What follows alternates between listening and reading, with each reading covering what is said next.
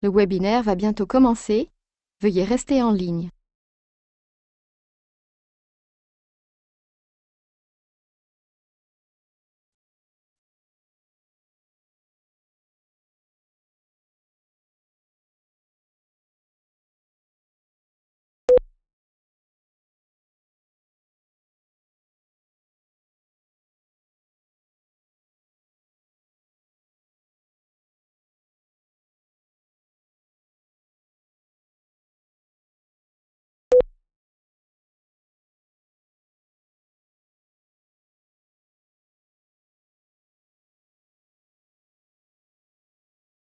Le webinaire va bientôt commencer.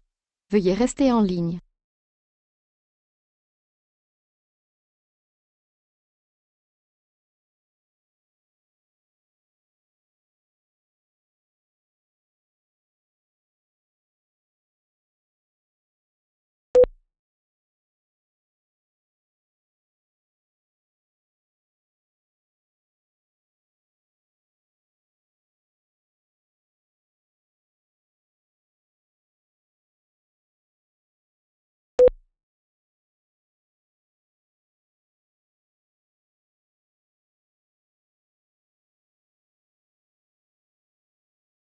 Le webinaire va bientôt commencer. Veuillez rester en ligne.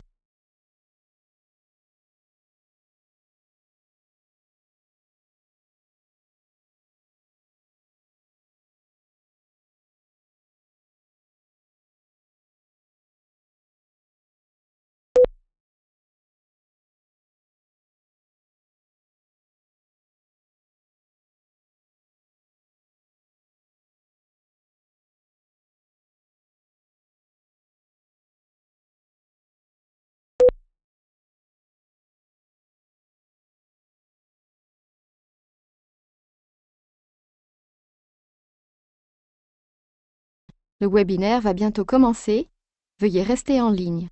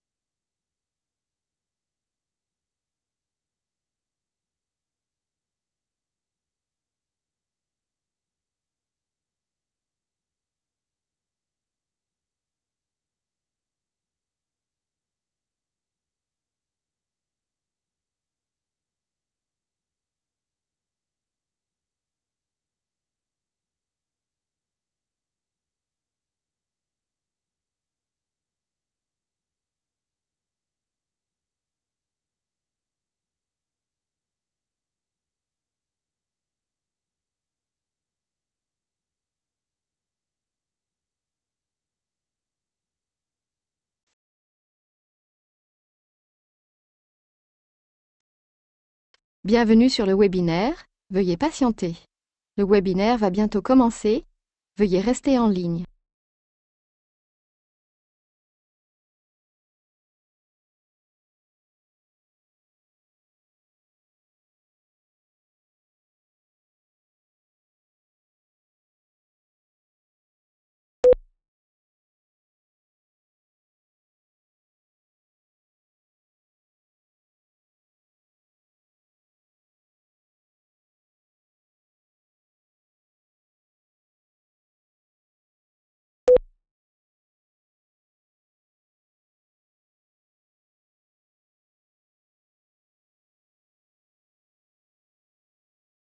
Le webinaire va bientôt commencer, veuillez rester en ligne.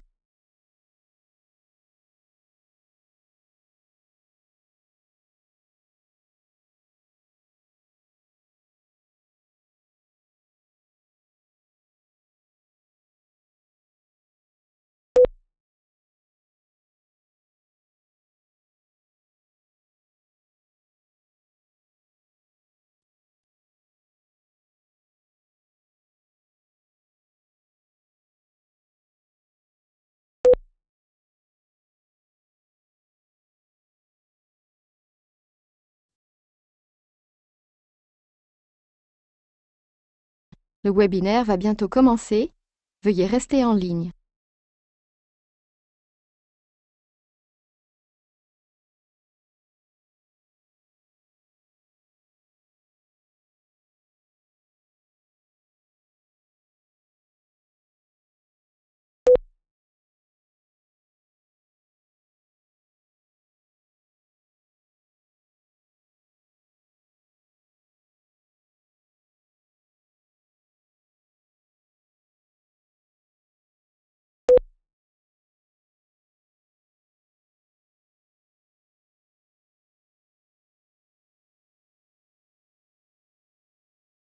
Le webinaire va bientôt commencer, veuillez rester en ligne.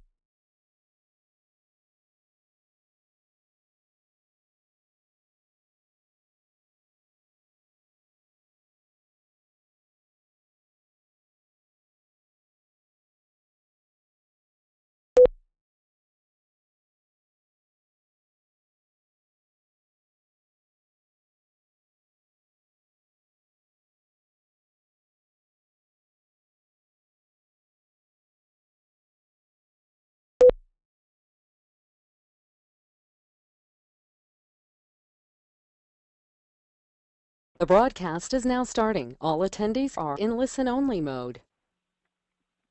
Hi, everybody. This is Brian Judd. I'm the host of tonight's webinar with Rebecca Albani from Bowker.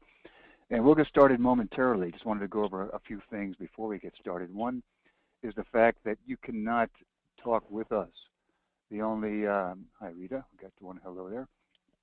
The only way you can contact us is through that questions dialog box. It's on your desktop, or should be on your desktop. And if someone would just say, hi, I can hear you, that would just leave, I know that you're getting through. Rita, again, if you'll say something, or just that you can hear me. Got it. Thanks, Michelle. Okay, got it. Thanks, Rachel. Thanks, Neil. Okay, we got it. Thank you. Okay, just want to check to make sure that I am getting through. This is, it will be recorded. And the first question came in already.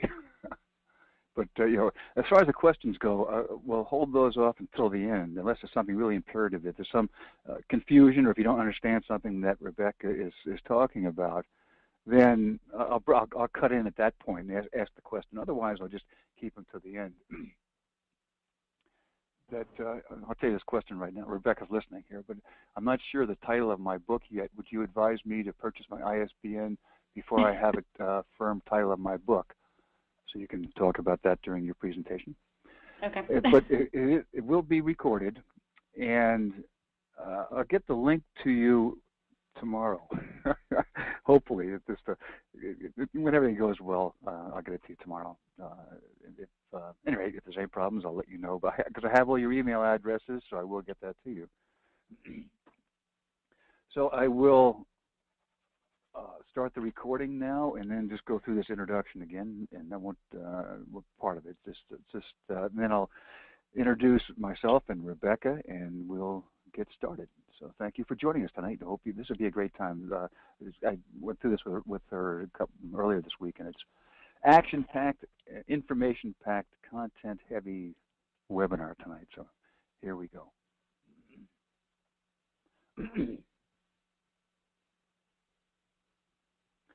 Thank you for joining us tonight. This is Brian Judd. I'm the Executive Director of the Association of Publishers for Special Sales, hosting it tonight with Connecticut Authors and Publishers Association, Bowker's Tips for Selling More Books by Rebecca Albani. And this is our series. We do 2 monthly or semi-monthly webinars on different topics of importance to publishers.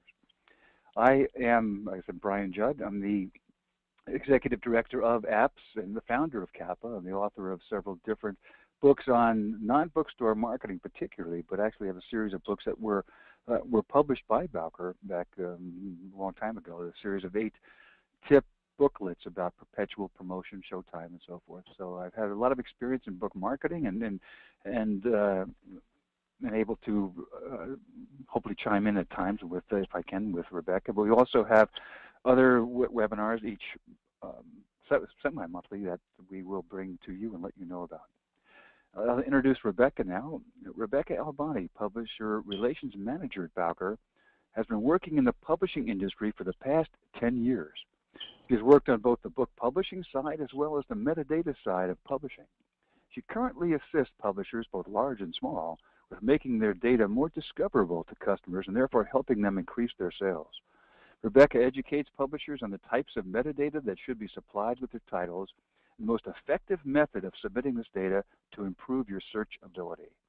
On behalf of Bowker, she continues to speak on enhancing bibliographic data to both self-publishers as well as traditional publishers. Rebecca, thank you very much again for doing this for us, and take it away. It's all yours. Thanks, Brian. So I broke this presentation down into 2 different parts. So the first part that we're going to talk about is what is an ISBN. So the first part of the webinar is going to cover ISBNs.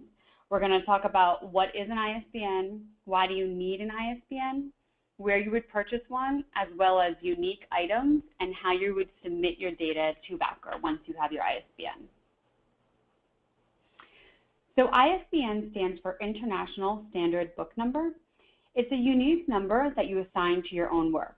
Today, ISBNs are 13 digits long, beginning with either 978 or 979.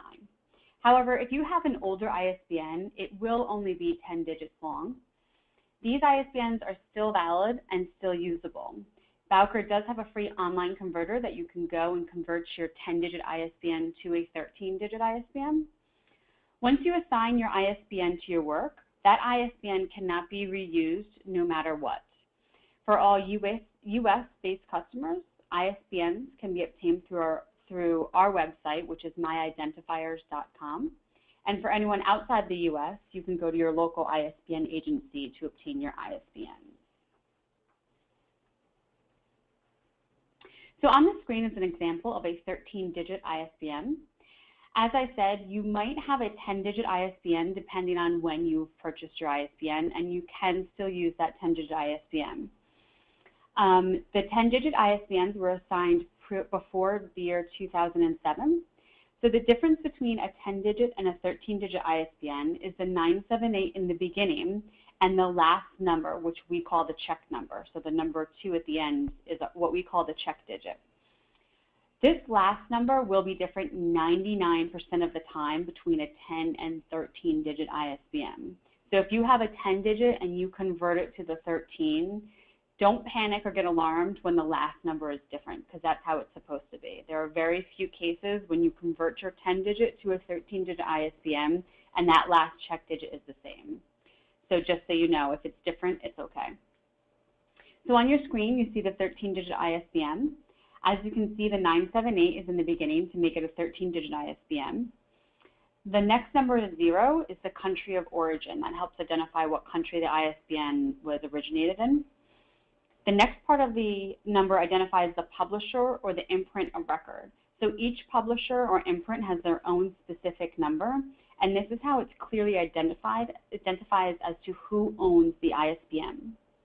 The next number is specific to each title, and that last number, the number 2, is that check digit that we were just talking about. So as I said, an ISBN is needed to make your title searchable for customers looking to purchase your books. If you don't have an ISBN, booksellers might not be able to list your book. Other parties might assign their own unique number to catalog your book, and readers won't know which format they're purchasing when they're looking to buy your book. An ISBN is required for your titles to identify your books to libraries, retailers, and other customers. It's used to catalog specific information about your title, such as the title, the price, author information, and numerous other book-related information. A separate ISBN is required for each version of your work. So for example, if you're publishing a book in both a paperback and an ebook version, you would need to have 2 separate ISBNs, one for the ebook and one for the paperback.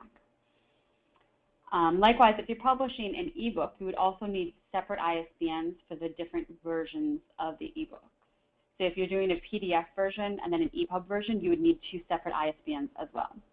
Basically, every sellable format of your book would need a separate ISBN. The reason that we do this is because of the different editions. So if you look at an example as Huckleberry Finn, each edition has its own ISBN, so the customer knows exactly what edition and what format they're purchasing when they're making their purchase.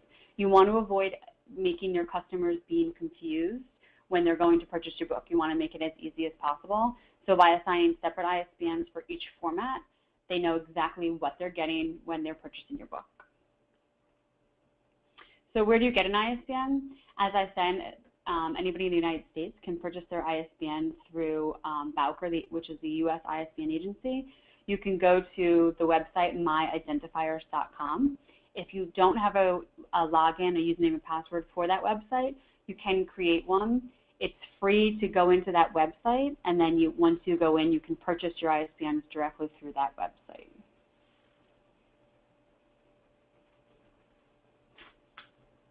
So each edition or format of your work is considered a unique item, and they would need its own ISBN. So if you have a paperback and a hardback and you're selling them separately, you would need a total of 2 separate ISBNs. If you're doing a hardback book and you have a CD within that book, you would only need 1 ISBN. If you plan on selling the CD separately, then you would need 2 separate ISBNs. So as I said, anything that you're going to sell separately as a different format of work would need a separate ISBN. If you're reprinting your book, you would only need to assign a new ISBN if the content has been revised. So if you added a new feature, or if the content has been changed so the customer might not know exactly what they're buying, you would want to get a new ISBN. If you're simply reprinting your title with no changes because you ran out of the original amount that you printed, you do not need an ISBN. It's only if you're changing a significant amount of the content within the book is when you need to assign a new ISBN, and then you would probably also call it a second edition. So here are some examples of unique ISBNs that would need their own ISBN. We have ebooks now, which also within an ebook is the different types of ebook versions, so you would need one for all of them. Print books and CDs. So each need their own ISBN. So if you're publishing an ebook, a print, and a CD, 3 separate ISBNs. Every format that you're planning to sell would need its own ISBN. So I've mentioned our website, My Identifiers, a few times. For any of those that are not familiar with it, here's a screenshot of what it looks like. You would log in. Once you've purchased your ISBN, they'll be listed in the column where it says ISBN 13. You would just go click on that, and you can add your data right through there. It's free to have a login to My Identifiers. It's free to upload your metadata to My Identifiers. The only purchase that you're going to make through here is ISBNs, and then within My Identifiers, there are separate add-ons that you could purchase, such as a widget, a barcode. If you need those, you can purchase those. But to have a login to My Identifiers and to upload your data, it's completely free. So these are just some additional Bowker resources. If you have any questions about ISBNs, barcodes, purchasing, You can contact the ISBN agency. If you're not sure where your ISBN agency is, if you're outside of the U.S., we can also give you more information on that. And then you can go directly to isbn.org or MyIdentifiers. MyIdentifiers has a lot of great information on there. Another website, which I don't have on the slide, Self-Published Author, has a lot of great information on that website too. If you're looking for, that's like a blog website. It's got useful information for self-publishers. So now that we talked about ISBNs, we're going to go a little bit into metadata. And the question that came up before, if I remember correctly, was, can you purchase your ISBN if you don't have the title of your book yet? I think that's what the question was. Yes, you can purchase your ISBN at any point. You don't have to assign anything to that ISBN. So you can purchase a block of 10 ISBNs, say, and not do anything with them for 10 years, and that's fine. They never run out, they never expire. And then all of a sudden you're going to get ready to publish your book. Now you take one ISBN if you're doing one book, and you would go and upload the data for that ISBN. So you don't have to have the title or really any of the data about your book in order to purchase ISBNs. You could just purchase them and then add the data whenever you're ready. So what is metadata? So in this part, I'm going to talk about what is metadata.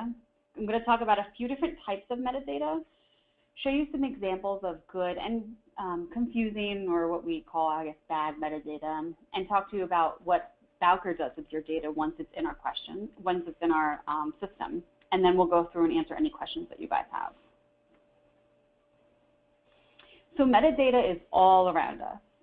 On the Realtor website, you can see a huge amount of metadata. You can see the price of the house, the house style, number of bedrooms, interior features, everything. You can also see photos of inside the house. This is all metadata, and we use it every day. No matter what you're doing, you're using metadata, and you don't necessarily realize that. When people are talking about metadata, people get sometimes very, they're not sure what to do with it or what it is, but you don't realize that you're using it every day. You're using it when you're looking on websites. So here's another example of how you're using it every day. You're purchasing things more and more online. So you don't even realize that when you're making a purchase, the information that you're looking at is considered the metadata. And in this example up here, I have a brand of shoes. So I'm going to talk a little bit more about specific metadata in a little bit, but when you're looking at these brand of shoes, you want more information about it, right? So you're going to click on the description, and you're going to get much more rich metadata about this shoe, and that's really what's going to make you decide whether or not you want the shoe. Some people might buy a shoe just based on what it looks like, but if you're buying something online, you want as much information as possible. So what we would call enhanced metadata is this description. So when you're reading the description about a shoe, when you're reading the description about a house for sale online, when you're reading a review about a book that you might buy, that's all enhanced metadata. And this is all information that you want to give out to your customers to make sure that they want to buy your book. So here's another example of metadata. This is a mass market retailer, and you can see on their site what they've done with recommendations to music customers. They're giving you artists other people bought, similar artists to what you're looking at, albums other people bought, and songs other people bought. All of this is metadata, and it's all driven by metadata such as keywords and standardized data, standardization for authors and subjects. If we didn't have good metadata attached to this, it would in turn hinder your sales, and for this, the songs and albums or your books are going to become less discoverable if you don't have the data attached to them. So customer ratings are also now a big part of retail websites. So whether you're buying toys or electronics, these reviews allow the buyer to read further information about the item. And when you're reading reviews, you're reading whether customers were satisfied or not with the product that you're looking to buy. So based on reviews and customers' descriptions, or the description about the item, that could be what you're making your decision on to purchase the product or not. So you want to make sure that all of this information is available to your customers if you have it. Now let's talk about metadata And we're going to talk about, I'm going to explain how it is related to your titles and not so much, online retail for shoes and houses and music. So when we talk about metadata, we break it down into 3 different types of metadata. So the first is the core metadata. So the core metadata would be the physical attributes of the book, so paperback, hardback, basically the format of the book. And the content of the book, so that's your author, your title, and then availability and access, so the price of the book, the supplier or distributor of where someone can actually purchase the book.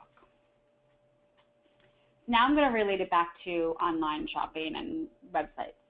So if you're looking at this website, the core metadata here, you can relate that to the style of the house, which is Cape Cod, the real estate company Bowker, and the price of the house, $345,000. This is all core metadata because this is the main metadata that you need. If you have nothing else, you need this information before you can go any further if you want to look at this house. The second type of metadata is called descriptive metadata. So here, for the physical attributes of the book, you're going to get more details. So now, instead of just the format, you're going to talk about page count, the trim size of the book. For the content, you're going to talk about subjects and series and characters, illustrations, all that information that people, would want to know about when they're looking for your book. The audience or the use, whether it's textbook, college level, who's going to be using the book. Sales rights, is it only available in the U.S.? Do you only have hardback rights? Where is it available for sale? And the availability and access would now be the on sale date. So when it's actually going to, be on the street and be in the stores for people to actually purchase. So relating this descriptive metadata back to the website, the descriptive metadata would be how many bedrooms it has, the square footage of the house, and maybe even the lot size of the house. This is all extra data that you don't necessarily need when you first look at the house, but eventually you're going to want to find out. The third part of metadata is enhanced metadata or enhanced content. So this is author biographies or author credentials. It would be excerpts or first chapters, cover image, whether it's a large or small cover image, and a table of contents, whether it's a detailed or a general table of contents. So images of the house and the description of it could be considered enhanced metadata because unlike the listings of the data elements in a table, you start to get a feel for what the property is like and what sets it apart from others available for sale. Even the fact that this is just a single family property in a Cape Cod style, you can consider enriched metadata because the seller and realtor express the viewpoint when they're creating those classifications, which would be in the subjects and type like that. So here's kind of a more visual, if you're a visual person, 3 different types of metadata. The core, you have a basic cupcake in the muffin, that's in the muffin holder, and that's it. The descriptive, you're adding more detail, you're adding the icing onto the top now. And then the enhanced, you're adding the decorative stuff on top of the cupcake. So it's just kind of a visual as to the 3 different types of metadata and how you go from one to the end, one to the last. All right, so now let's talk about I'm going to go through and give you examples of some good metadata, and then some data we would consider confusing, which you want to try to avoid when you're entering your data into, either Bowker or anywhere you're entering your data. You want to make sure that you avoid sending out confusing metadata. So here's an example, excuse me, of good metadata on a publisher's website. When you go to this website, and when we were looking up this book, you can see that they have tons of data on this book. They have the cover image, they have description about the book, reviews of the book, page count, trim size. Any metadata that you would really want is right here, and it's a screenshot so you can't see, but if you were to scroll down, you can see the reviews and the description and author biographies. There's tons of information on this website. This is great. They even had the add to cart, so you actually don't have to leave their website to purchase the book, and that's great. You have all the information that you want right here. So good metadata also includes product descriptions.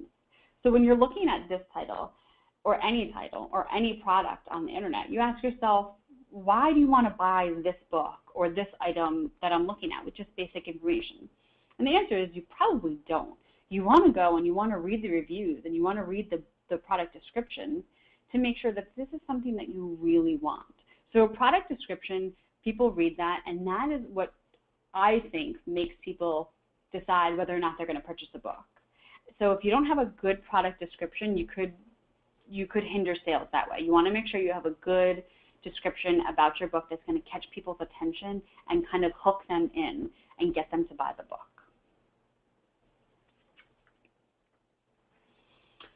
Another part of the enhanced metadata is the cover image. You want to make sure that you have a high quality, good sized cover image when you're sending out your cover image. A lot of metadata recipients have, or not, I shouldn't say a lot, but some metadata recipients have different guidelines for cover images. So when you're doing your cover and you want to contact the metadata recipients to find out what their image guidelines are, so that way you know, if some people want a JPEG, some people want a TIFF, some people want different pixels. You want to make sure that you have the right cover image for the right recipient. That way there's no reason why it's not uploaded correctly. A lot of times what we see too is that some people, even large, medium, small, I've seen it before, where they have all of their data, they send it to us, or they upload it in My Identifiers. They don't have a cover image yet. So it either doesn't get loaded, or they send us kind of like a dummy or a fake cover image, and then they forget to upload the main cover image. As soon as you have your cover image for your book, you want to make sure you're sending that out, because you want your cover image that you worked hard for, or somebody worked hard to make the cover, be what's showing for your book. So you want to make sure that's really important. Make sure that you have your cover image out there and available when you have the cover image ready. Author biographies can be simple, include images, or actually be in the form of a discussion. You want to try to ensure that the basic information is included in your bio, such as affiliated organizations, places of interest, award mentions, previous book titles. This way, even if a bookseller or a library only features that first paragraph, the really short blurb about the author in the first example, your title is still going to be discoverable via all of the appropriate keywords that you can include in there. So now let's take a look at some confusing metadata. So this, I know the screenshot may be a little hard to see. You want to make sure that you have unique metadata for different titles. So in this example, it shows that the title and the author alone are not differentiated between multiple books within a series. So in this case, the only difference in this metadata supplied by the publisher to Bowker is the cover image. There's no differentiation in the descriptions, and since cover images are not a text field, there's no way to search on the difference there. So if you can see, they have Inspired Entrepreneurs as the title. The subtitle is A Collection of Female Triumphs in Business and Life. The author is all the same. There's no differentiation between these titles. And in reality, these are 3 or 4 different titles. They're in a series, but they're different titles within the series. So really, Inspired Entrepreneurs should be noted as the series title, and each individual book subject should be mentioned in the title field to allow users to search the names of the entrepreneur field that they're looking for. So you want to make sure that if you're doing a series or you're doing different volumes, you want to make sure that you can tell the difference between each one of them. This is a good example because it's very hard to tell the difference. You can only see by that little cover image or the picture on the cover image actually.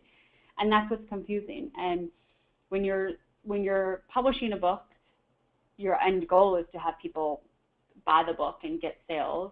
And you don't want to do anything that's going to lead them to be confused or steer away from whatever they're looking at because they can't understand it, it's the wrong data. So you want to make sure that you're sending out clean and clear data about your titles. So this publisher reused an ISBN for an item that was older and out of print. In today's world, libraries and used booksellers still have the record of the previous title and its details.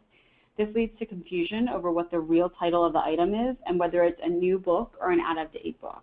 So when this is why you're not supposed to reuse ISBNs. If you have an ISBN and you are no longer publishing that ISBN.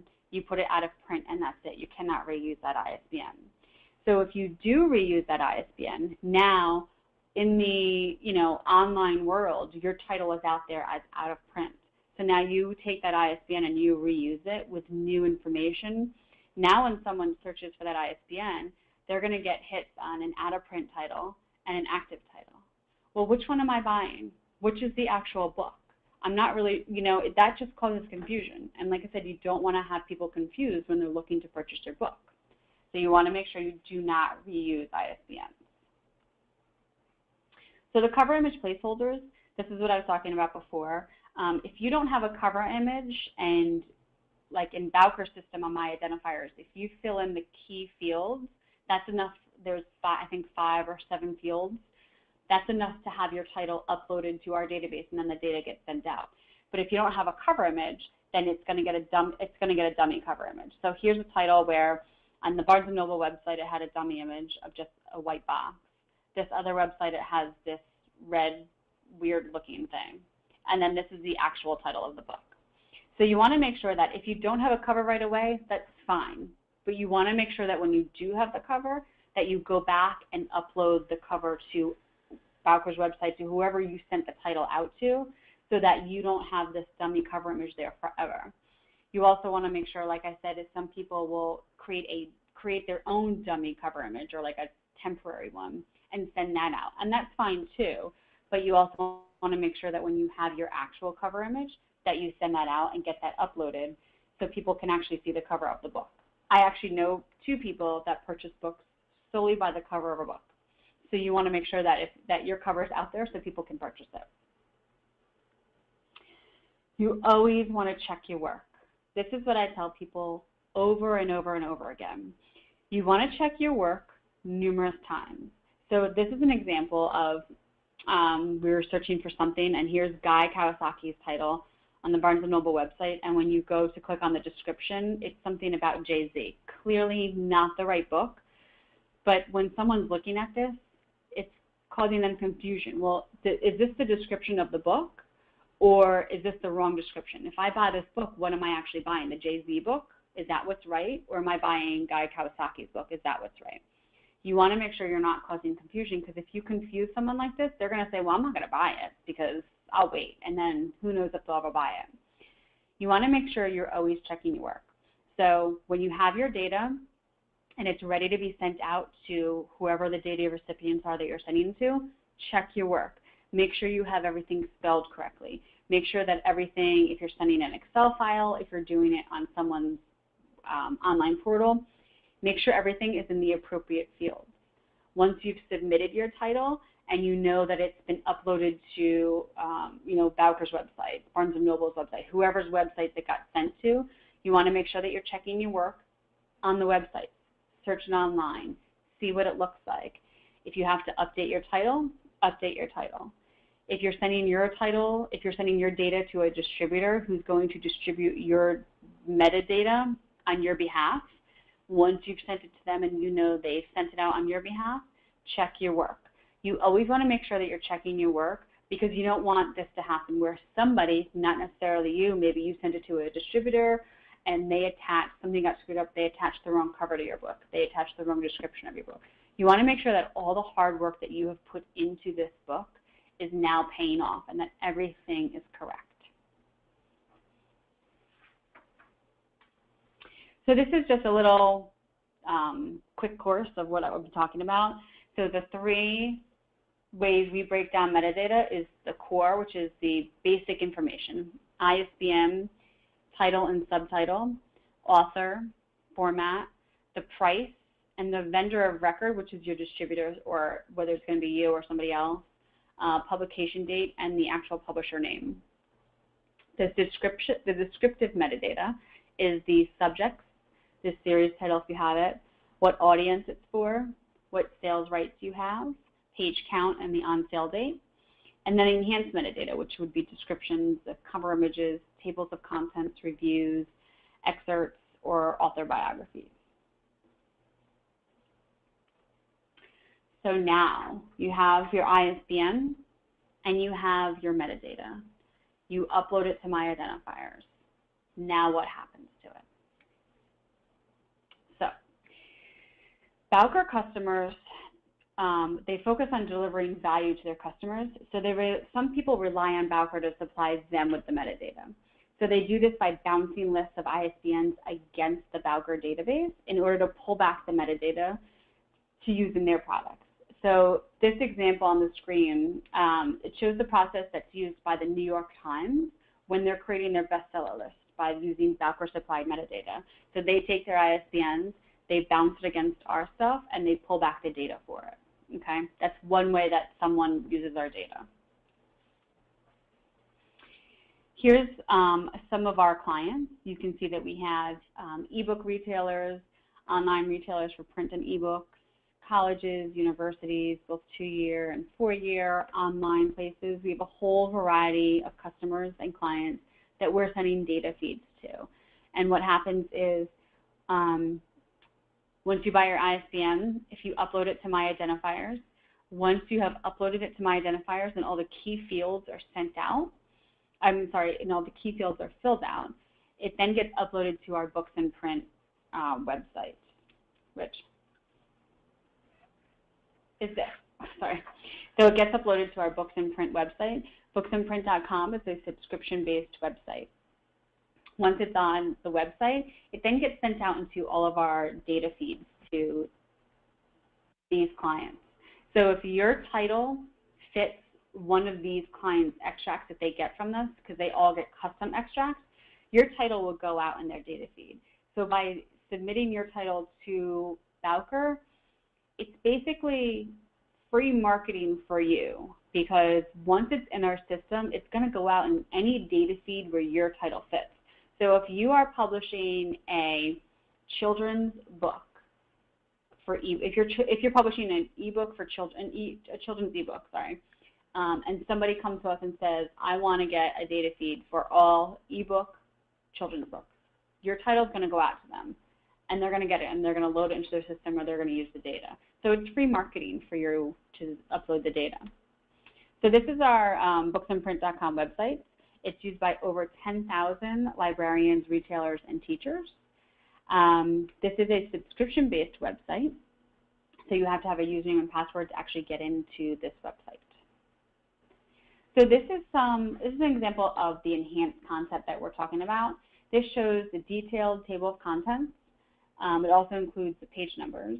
You can see on the left-hand side, it has the other enhanced content. So it has the annotations that you would click on, reviews, author biographies, publisher info, and the stock availability. So this is also the enhanced content. This is what Bowker would add to the title. So we go through and make sure there's description and summary of the book. We add any media reviews that we get in, and author biographies. So this is our synthetic solution product, which has over 3 billion hits per month. You can see that we show the author biography and the choice review that Bowker added along to the table of contents. So we go in and we add reviews. We get them from third-party sources, and we add reviews for titles into our system, and then they get sent out into our data feeds. We also will add an author biography. Generally, we work down the list of, actually what we do is we go off the New York Times bestseller list, I believe, and then they make sure that every author on that list has an author biography in our system. So this is just a little checklist where if you're sending your data out, whether it's to Bowker or to anybody else, you want to make sure that you're going through this checklist, that you have all of this in your data feed to whoever you're sending it to make sure that you have the most complete data that you are sending out. As I said before, you want to make sure, if you take anything away from this webinar, you want to make sure that you purchase your ISBN, that you do not reuse ISBNs. Once you have your data ready, you want to make sure that it's clear, clean, and correct, whoever you're uploading it to. And you want to make sure that you're sending out as much data as possible about your title. Anything that you can attach to your title, subjects, descriptions, BISAC codes, table of contents if it's applicable, all of that information is searchable online. Keywords, searchable online. So when people are searching, the more data that you have about your title attached to it, the better chances you have of your title coming up in a search.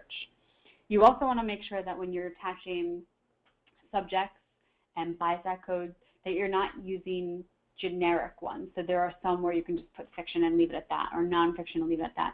You want to make sure that you can drill down and really attach subject codes that are really applicable for your title, because that's how titles get found, in keyword searches and subject searches. So you want to make sure that you get those as close to your title as possible.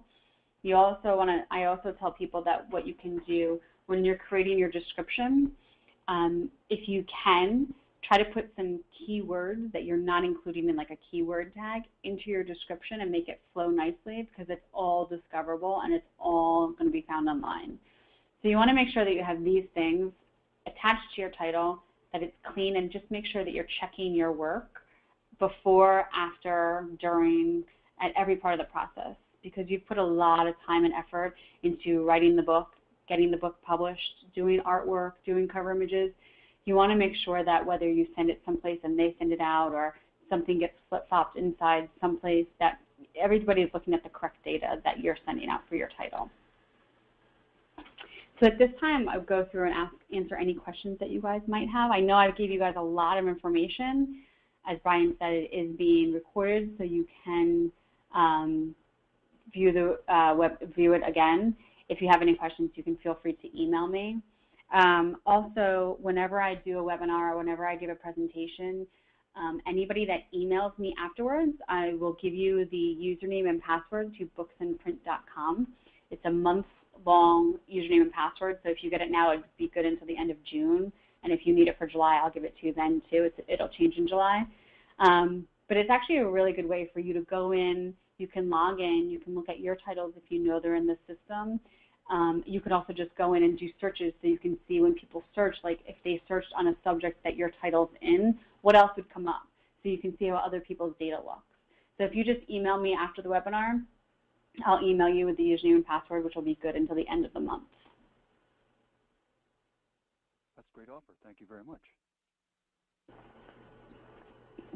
Now we have a lot of questions for you, too. Yes. I assume that would be the case, because you said so much great information here. Let's see here. E-books, these are in the order in which they came in, so some maybe towards your earlier comments. But Okay. E-books, such as putting an e-book onto Kindle, doesn't require an ISBN. Mm-hmm. What would be the benefit of having an ISBN for e-books, and what would be the harm of not having one? So if you're doing an ebook, if you are only going to do it through Amazon, you don't need an ISBN, because Amazon does not require an ISBN. But there's actually no way of then identifying that outside of the Amazon system. So you should still assign an ISBN to it, even if Amazon's not taking it, because I know they assign their AISN or something like that. They assign their own identification number, which is fine, but you wouldn't be able to sell that book anyplace else or bring that e-version anyplace else. You know, so it's up to you. If you're only going to use Amazon and you don't plan on selling anywhere else, then if you don't want to track it or you don't want to track sales, then you wouldn't need an ISBN. But if you're going to bring it anywhere else or you want to be able to identify it, then you should have an ISBN on it. Okay. What about different ebook formats? There seems to be some controversy about different ISBNs for each ebook format, EPUB versus PDF, etc. So the ISBN our stance on this is that every sellable format should have a separate ISBN. So if you're doing an EPUB, if you're doing a PDF, they should have separate ISBNs. If you're doing an EPUB and you can use an EPUB at different places, like I don't know off the top of my head, but let's say you can use it on the Nook, you can use it on Amazon, which I know you can't, then you would only need one ISBN because it's an EPUB. But if you're doing an EPUB or a PDF, the reason that you would want two separate ISBNs is because you'd want people to know if someone searches by your title online and they have 4 different things that come up, you want them to be clearly able to figure out exactly which type of ebook they're purchasing. So I know I want an EPUB.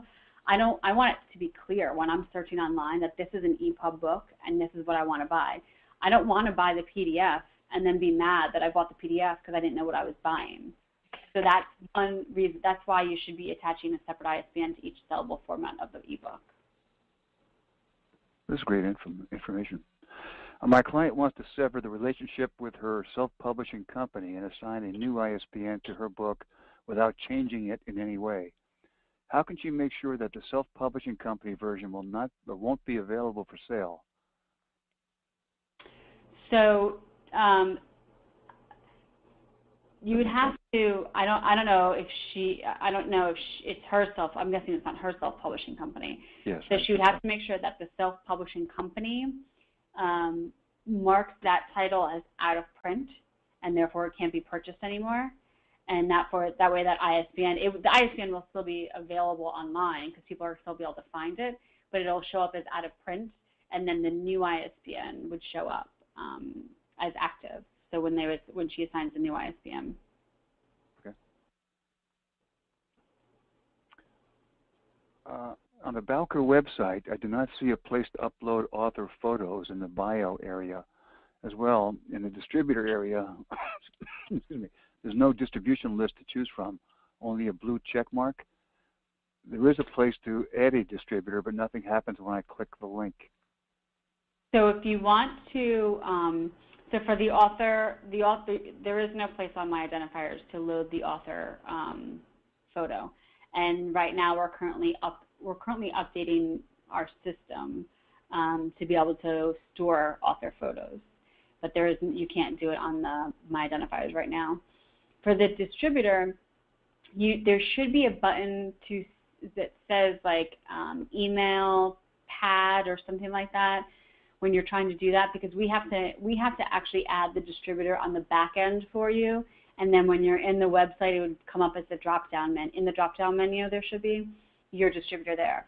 So if you need to add a distributor, you can just email me, and I'll get all your information, and I will add the distributor for you, and then you can go ahead and fill in the information. Does Bowker create the enhanced metadata from the uploaded files, or does the author need to enter this information? Some of the enhanced metadata Bowker will create, and other enhanced metadata, it comes from whatever the publisher sends to us. So the enhanced metadata such as descriptions and things like that, that's all of the publisher data. As I said, we will, if we have an author biography, then we wouldn't touch it. If we don't have an author biography, we will go in and create one if the titles come up on a bestseller list, or the author has passed away or something like that. We will make sure that there's always an author biography in there. So we will add that. We do take tables of contents from the files, and we do format them and add that to the record. We take reviews from third parties, and we add that to the record. We don't take reviews directly from the publisher or author themselves. We actually get them from a third-party list. So that's what we would add there.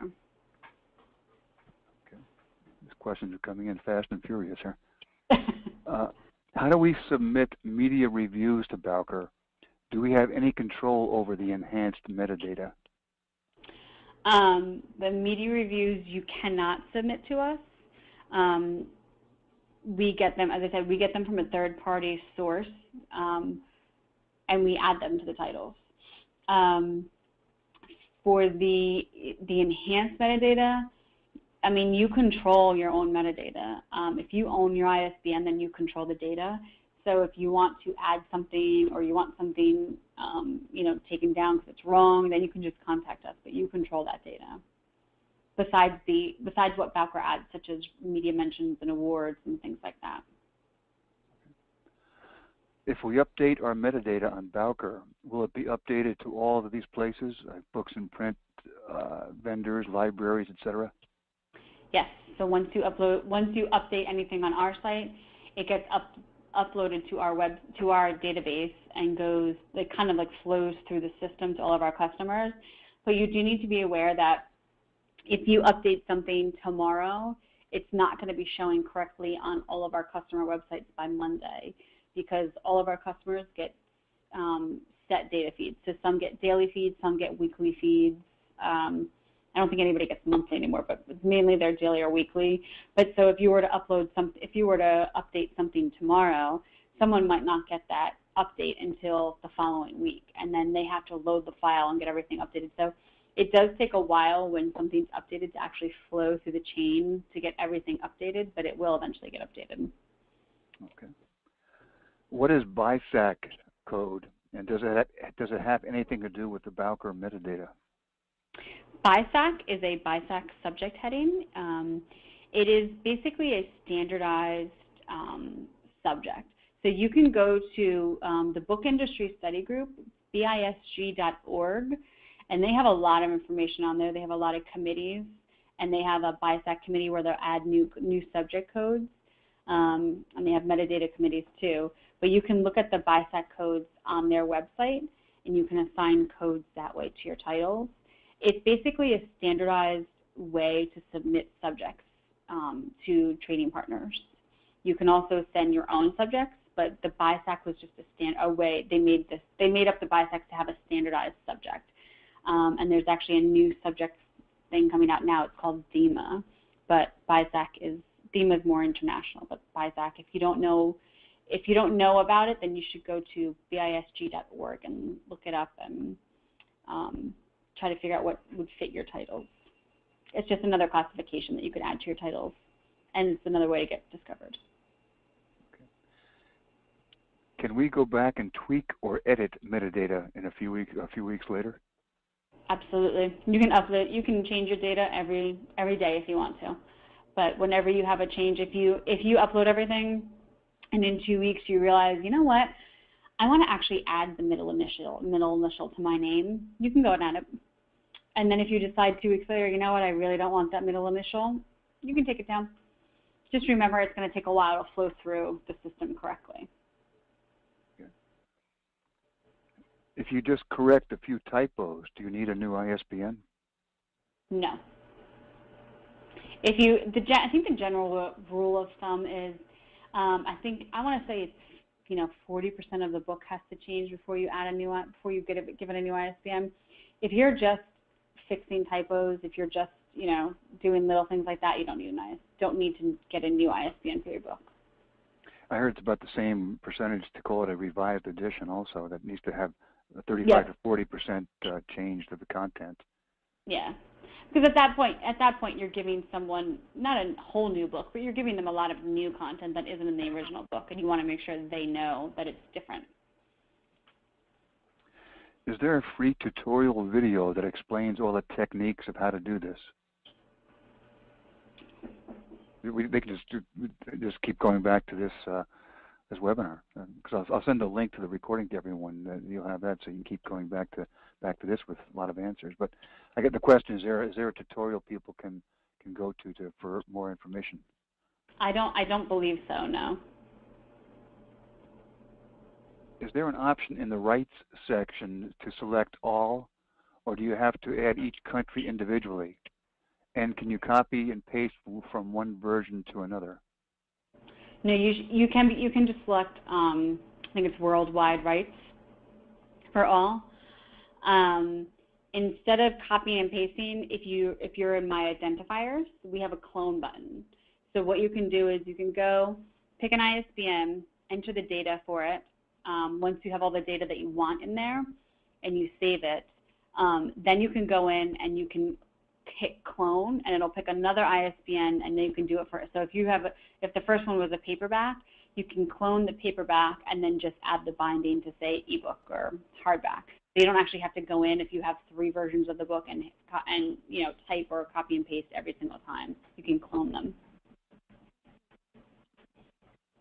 If you get an ISBN for ebooks, excuse me, if you get an ISBN for ebooks, even though you don't need one for Amazon, but you need one for Nook and a separate one for iBook, should I get 3 ISBNs?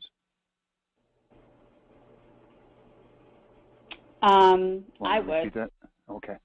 Yeah, I mean, I would, yes, because that way, even though Amazon's not taking the ISBN, you can still have that assigned to them. And they don't use it, that's great, but that way, if the book is out there anywhere else, that ISBN is attached to that book. So I would say yes, get 3. Okay. You know, it's really good to hear, Rebecca. Everyone is saying ISBN. They're not calling it ISBN numbers. Yeah. Everybody has had a question so far. It's just always referred to as ISBNs, which is good. Would you use an ISBN with a calendar? Yep, we have a lot of calendars in our database. Yes, you can use an ISBN. Basically, if you're going to sell it in bookstores, so you'd want an ISBN on that. Okay.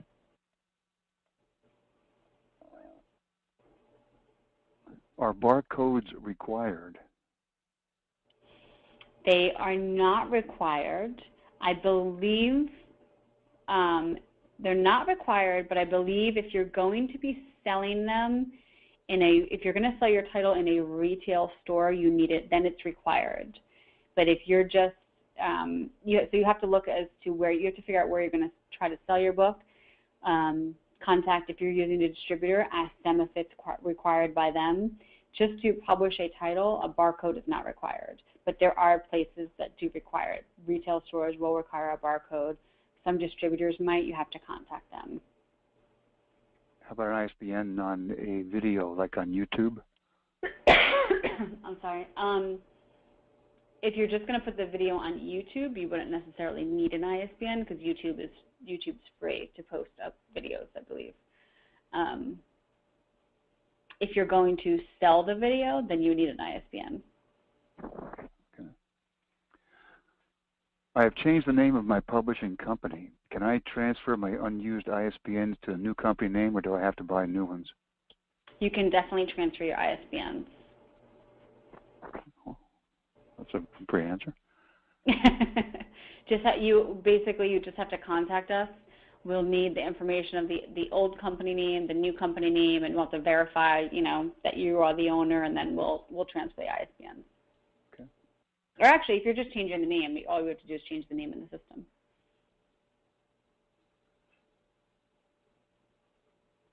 Where do we go on the Bowker website to check what we already have written for our books?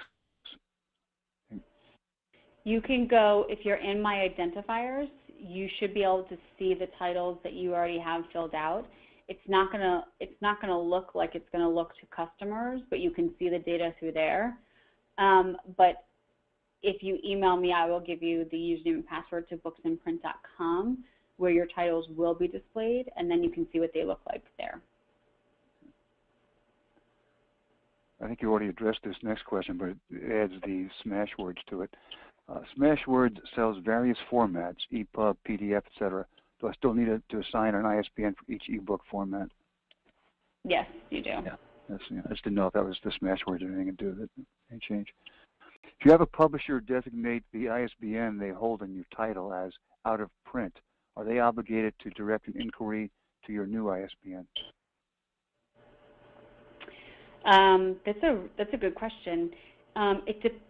It depends. So if you're with a publisher and they put the book, or you put the book, whoever puts it as out of print, if you're going to get the rights back and you're going to reprint or republish the book with a new ISBN, then there won't be a relationship, quote unquote, with that old ISBN. But if you're with a publishing company and they put your book out of print, and then if you do, let's say, a revised edition or a second edition, or then you reprint that book, then they would be linked if they're in the same company. But if the company puts it out of print and you get your rights back and you go to another company or you do it yourself, they won't be linked. I mean, there's still going to be, if someone searches a title online, both are going to come up, but they wouldn't necessarily be linked in people's systems because they're two different companies. Do you need a new ISBN for a new cover if content is the same?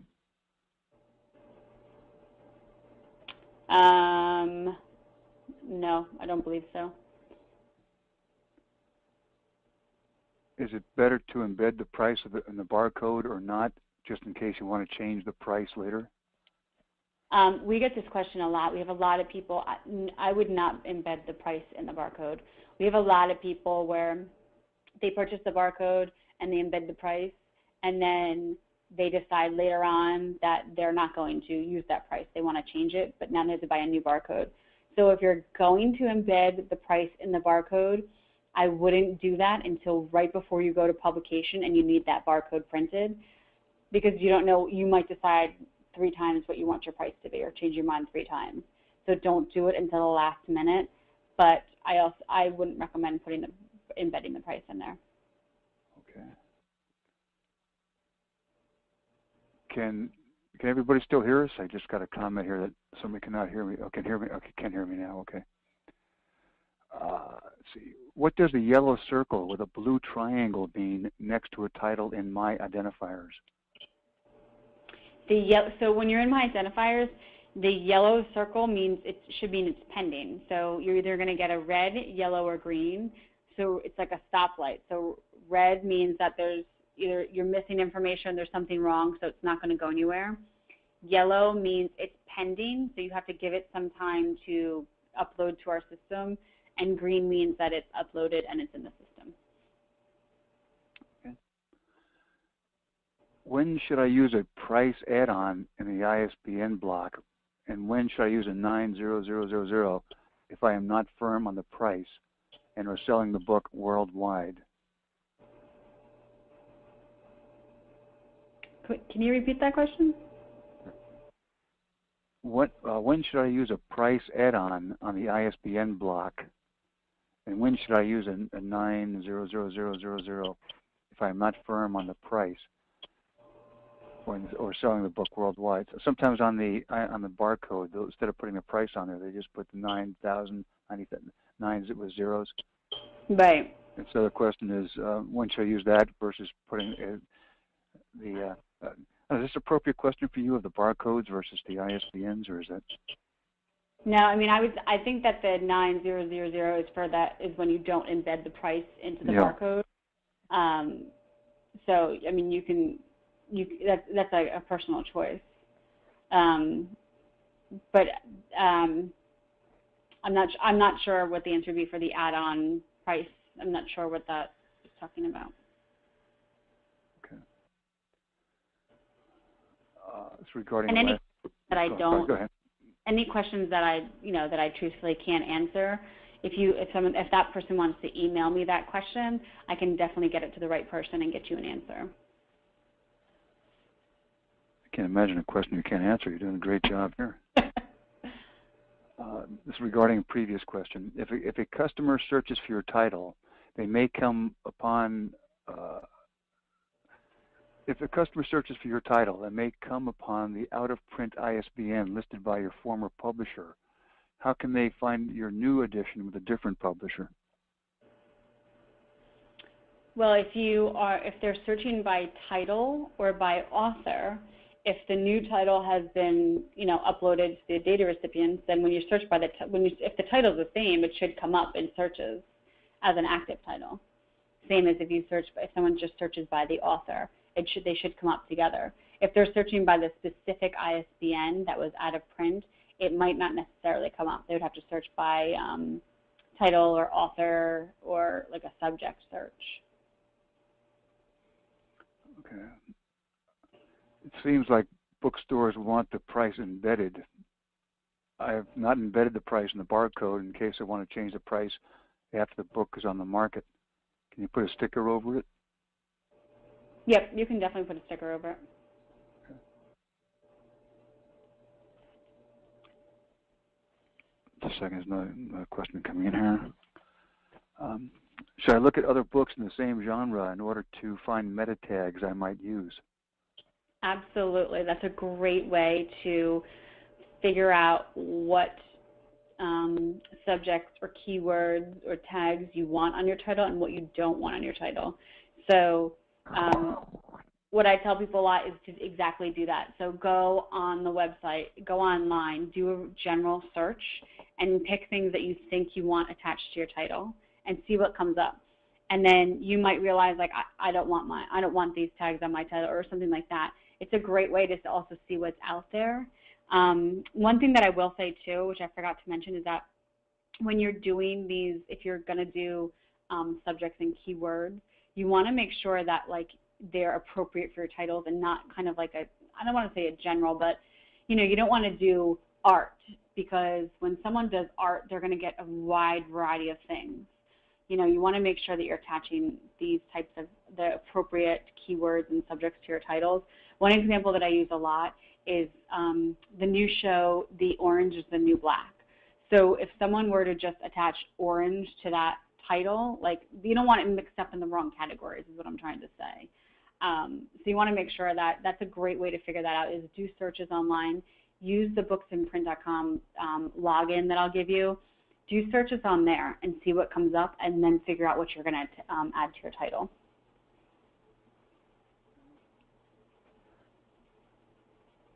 Just one moment here. Is there any way to add more than 2 subjects? Is chicklet an available subject? I think we take 3 subjects. Well, we take 3 BISAC codes, and I think we take 3 general subjects. And then what did you say? Is chicklet? Is chicklet an available subject? I think that's more of just a colloquialism. I don't think that's a real subject. This is for just the topic chicklet for books for women.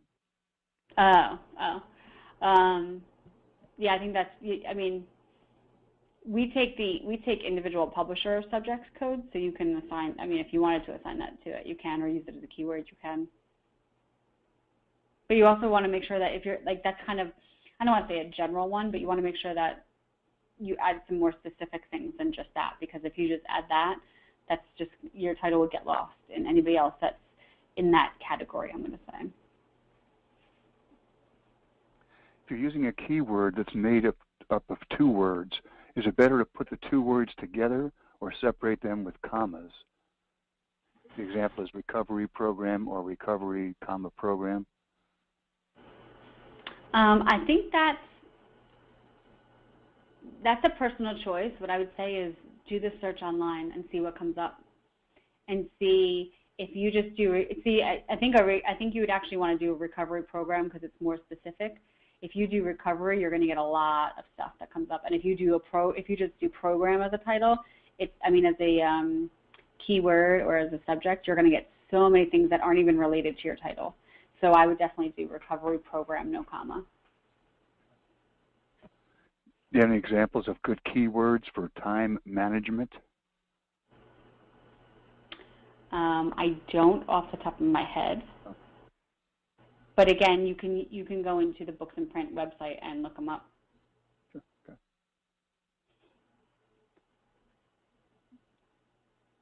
Another one here.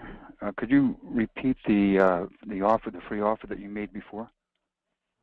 Sure. So anybody who all you have to do is shoot me an email and just say that you were part of this webinar, and you would like the username and password for booksinprint.com.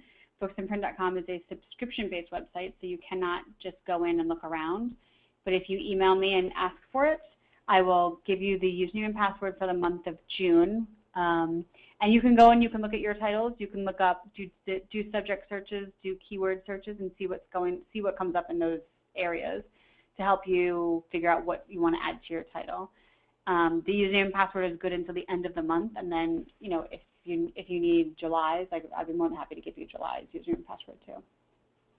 It's a great offer. Thank you very much. What information will be needed to buy ISBNs? To buy an ISBN, you need a publishing company name, and that can be whatever you want, whether you want it just to be Rebecca Albani Publishing or Rebecca Albani, a U.S. address, and I think that's it. I think just a publishing name, who the ISBNs are going to belong to, and your address. Is the keyword section only in Books and Print, or can keywords be entered through my identifiers? Right now, it's only right now we're actually reprogramming because keywords is a newer. I don't want to say newer thing to send, but BISG just came out with the standardization for keywords. So we're updating our system to actually be taking the keywords that publishers can send in the data feeds.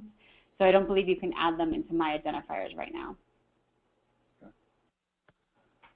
Well, I think you, here, no one just came in. I just spoke too quickly there. Just one moment here.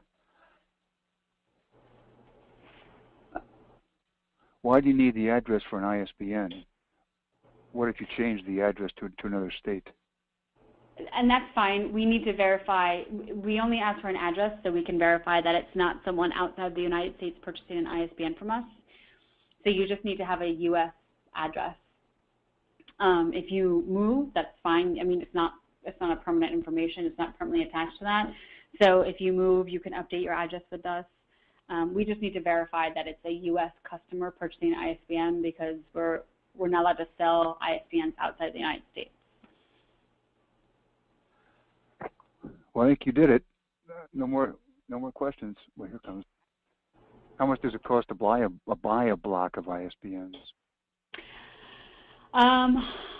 I believe, and I could be wrong, but you can go to the website, but I believe that you can get one ISBN for $125, or you can get a block of 10 ISBNs for $250. So we always try to tell people that if you are publishing a title and you're going to buy one ISBN, if you think at any point you're going to purchase another ISBN, you might as well buy the block of 10 because it's a lot cheaper to do the block of 10 than to buy 4 individual ISBNs down the road, if you're, you know what I mean? So we always try to tell people if you think you're going to need more than one, buy a block of 10 because they're good forever and they'll never expire. But don't quote me on the prices. You can go to the website and get the actual prices. I think it might be $125 and $250.